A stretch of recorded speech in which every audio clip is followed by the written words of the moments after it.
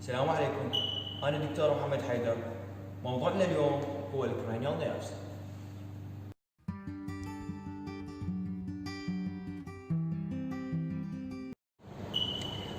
The cranial nerves, we have 12 cranial nerves.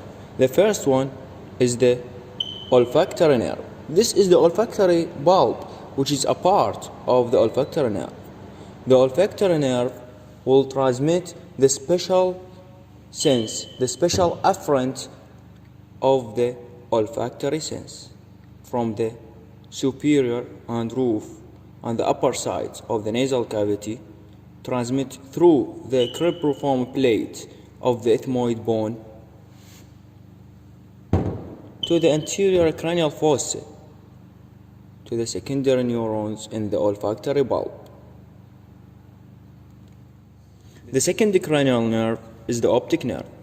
The optic nerve will transmit the special afferent sensation of the sense of vision. The optic nerve will start from the retina, from the eye. Then it enters the optic canal, then continues as the optic pathway. We will discuss it in the next sessions. The third cranial nerve is the oculomotor nerve. This is the oculomotor nerve. The oculomotor nerve will originate from the brainstem between the midbrain and the pons in the posterior cranial fossa. Then it will pass through the middle cranial fossa. Then it will enter the superior orbital fissure to be gone in the orbits.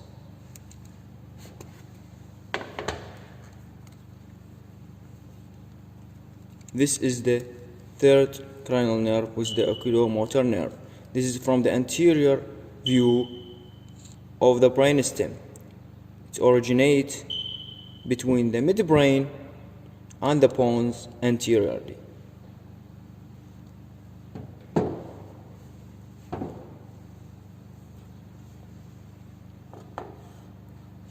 The oculomotor nerve will supply the muscles, the extraocular muscles of the eye, which are named superior rectus, medial rectus, inferior rectus, inferior oblique, and also supply the levator palpebrae superioris. This is the general somatic efferent, and about the will supply the constrictor pupillae muscle, and also part of it will go to the ciliary ganglia to supply the ciliary muscle, which is for accommodation of the lens for near vision.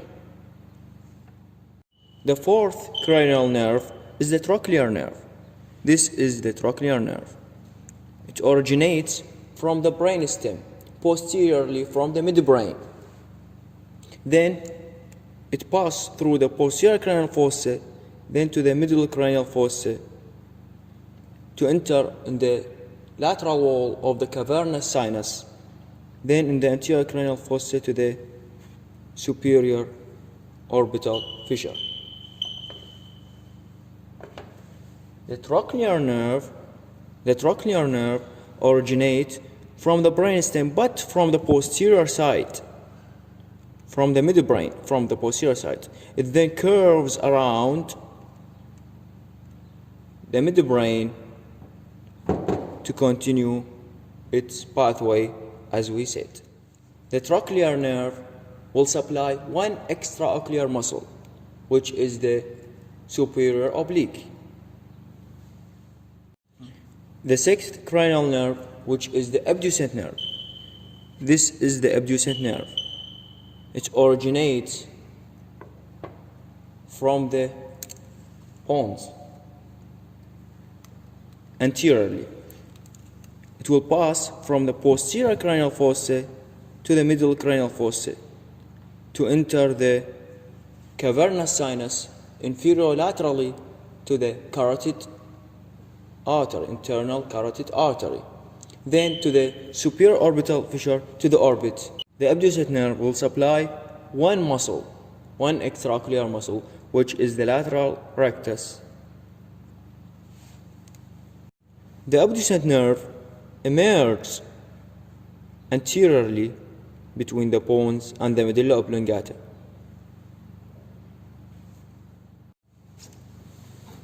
The fifth cranial nerve, which is the trigeminal nerve. Trigeminal nerve originate and emerge anteriorly from the pons.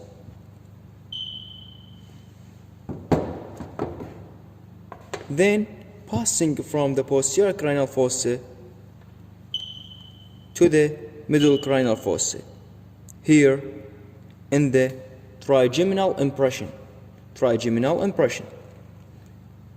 The trigeminal nerve has two parts. Mainly the sensory part, and inferiorly, it is not obvious from here, is the motor part. The trigeminal nerve has three branches in the middle cranial fossa: the ophthalmic branch, ophthalmic nerve, maxillary nerve, and the mandibular nerve. Ophthalmic nerve will enter to the superior orbital fissure. Maxillary nerve will enter the foramen rotundum to the pterygopalatine fossa, while the mandibular nerve will enter the foramen ovale to the infratemporal fossa.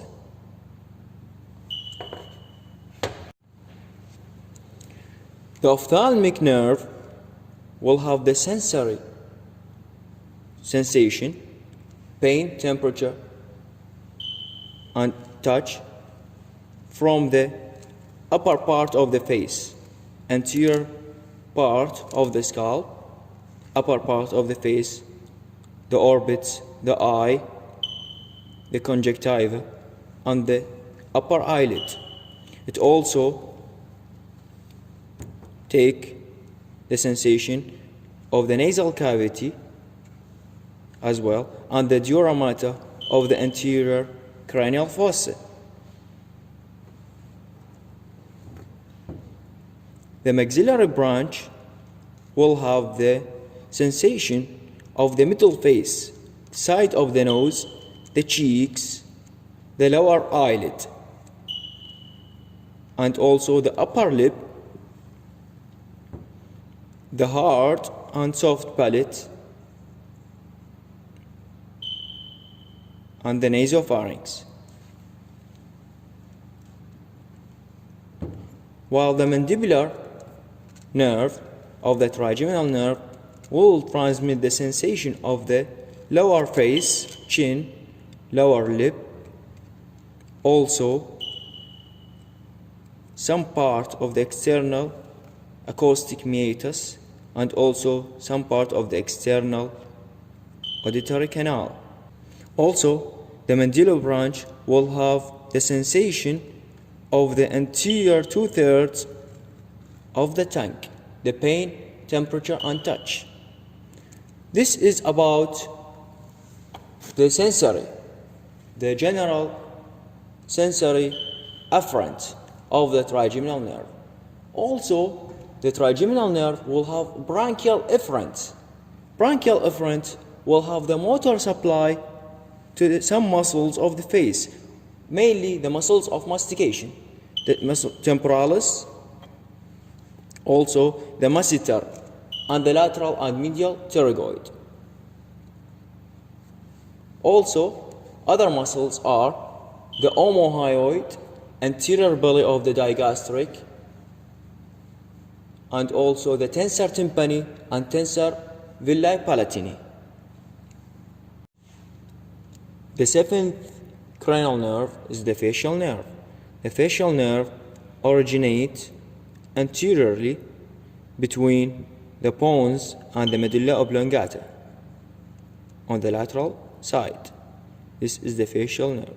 The facial nerve as a motor branch mainly and also a sensory branch.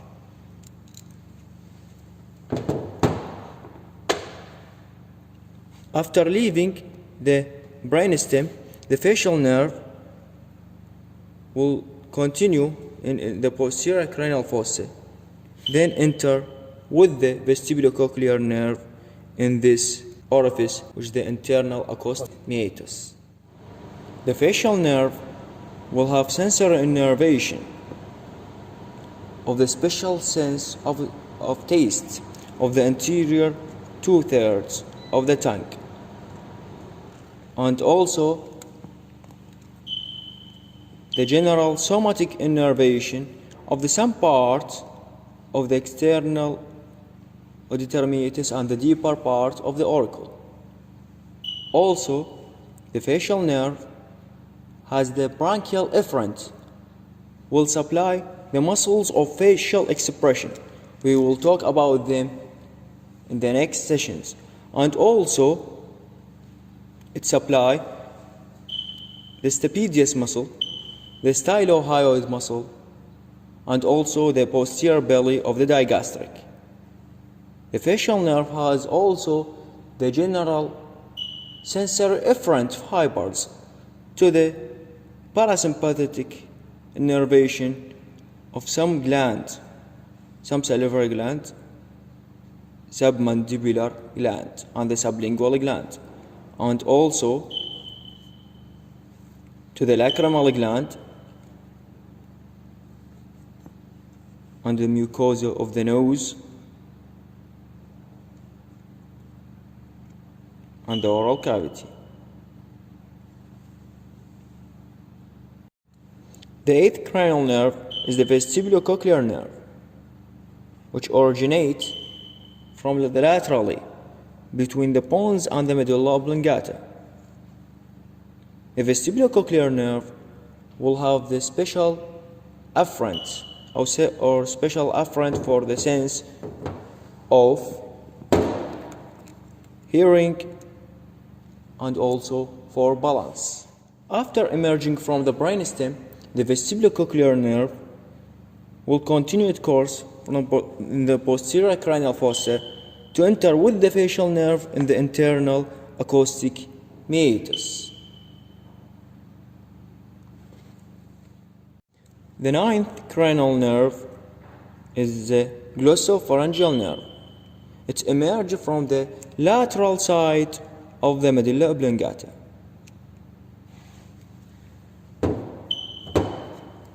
After emerging from the brainstem, the Glossopharyngeal nerve will continue its course in the posterior cranial fossa to enter the jugular foramen.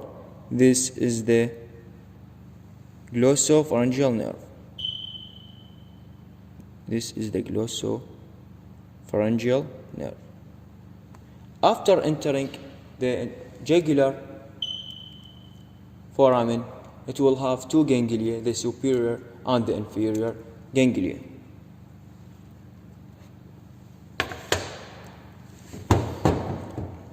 The glossopharyngeal nerve will transmit the special afferent of the sense of the smell of the posterior 1/3 of the tongue, and also will take the general somatic afferent from the pain sensation and the temperature and the touch pressure from the palatine tonsils, oropharynx, and also from the mucosa of the middle ear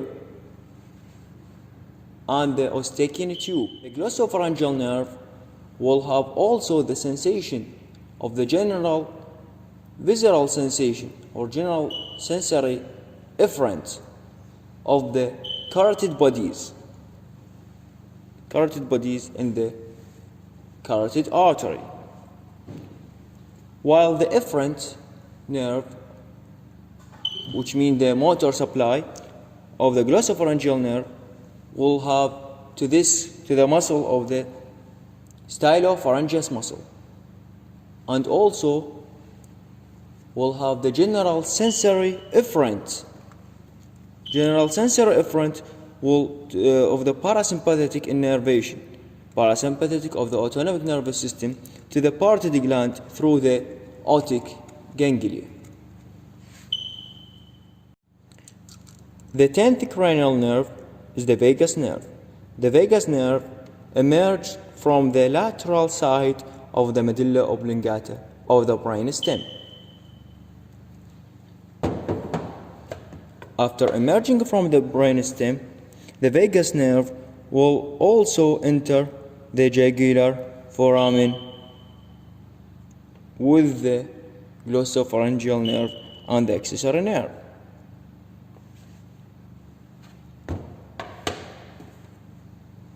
The vagus nerve will have the special afferents of the epiglottis and the pharynx. Also will have the general somatic afferent of the larynx, laryngopharynx,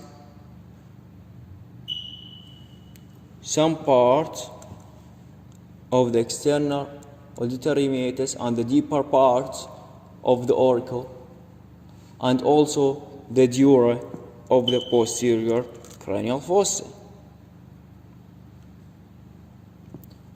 The vagus nerve will also have general sensory afferent, general visceral afferent from the